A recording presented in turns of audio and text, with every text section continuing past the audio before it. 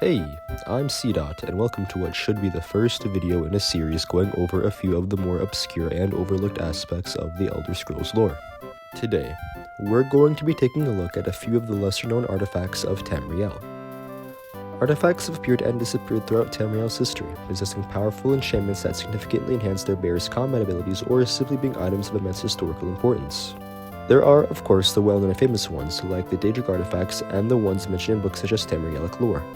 What if I told you that there were several more artifacts that aren't classified among the two? There are several artifacts mentioned in lore that never make an appearance in the games, as well as a few from older titles that aren't often mentioned. In this video, we're going to be focusing on artifacts from Arena, the game that started it all. So, let's get into them.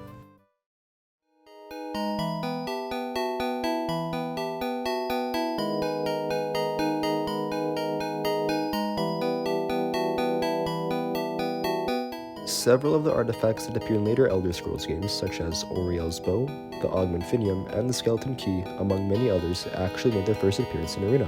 When it came to obtaining artifacts in Arena, things worked a bit differently than other Elder Scrolls games. You would ask for rumors on the street, which could lead an NPC to tell you about a random artifact, and a person in a tavern would give you information about it in exchange for gold. After paying up, they would direct you to the location of a dungeon, at the end of which you would find your artifact.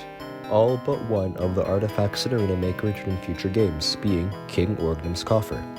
If the name Orgnum is familiar to you, you might recognize it as the name of the king of Pyandania, home of the Maormer. It is described as a small and almost weightless chest that produces a random amount of gold once a day, which in-game is anywhere from 1 to 100.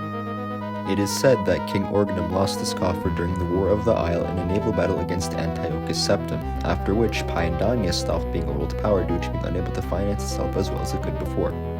It reappeared in the hands of the Eternal Champion, though it hasn't been seen since. Maybe, in a future Elder Scrolls game, it could show up again.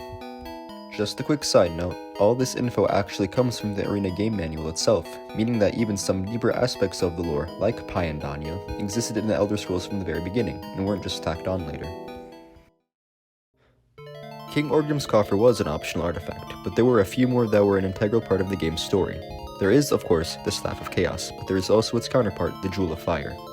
At the very end of the game, the Eternal Champion touches the reassembled Staff of Chaos to the jewel, into which was infused Tharn's life force, destroying him and allowing the Emperor Uriel Septim VII to return. What exactly the Jewel of Fire is or what happened to it is unknown, though it is described in-game as a star fallen from the sky, for it glows with an inner flame.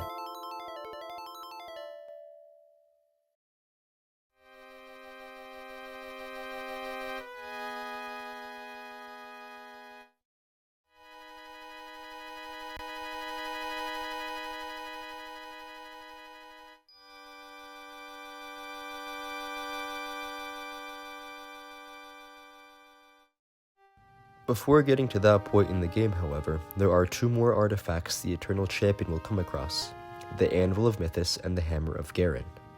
In the quest to obtain the final staff piece from Red Mountain, which in Arena was referred to as Dagoth-Ur, the Eternal Champion is led to Ebonheart in Morrowind.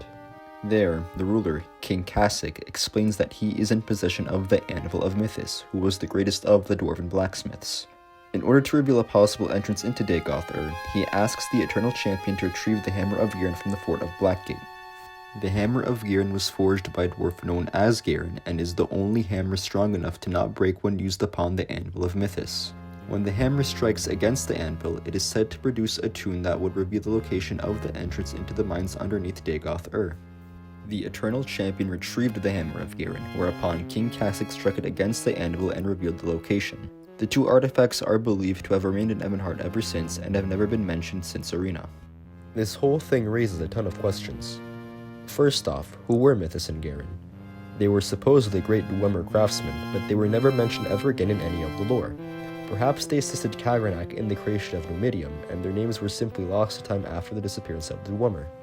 Second, there seems to have been a specific intent behind having the sound of the hammer and anvil clashing against each other tell the location of the mines.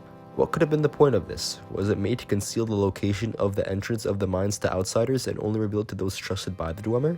Was it made in case they ever forgot or lost its location in the future and old tales of the hammer and anvil would remind them? Third, is this the same entrance into Red Mountain that the Nerevarine used in the events of Morrowind? We know that the character Dagoth was active at the time of Arena, slowly gathering power, and he would certainly know of any infiltrators delving into Red Mountain. So, this begs the question. Did the Eternal Champion see or even meet Dagoth? Of course, Arena was made before several aspects of the Elder Scrolls lore were ever even thought of, so not everything can be expected to line up perfectly. We simply don't know the answer to any of these questions, though it is fun to speculate. Another thing to quickly mention is that this very well could be the first appearance of tonal architecture. The Dwemer were known to be able to manipulate magic, the minds of mer and men, and even alter aspects of reality through modifying tones. The sound of the hammer and anvil, which again Dwemer make, could very well have something to do with tonal architecture.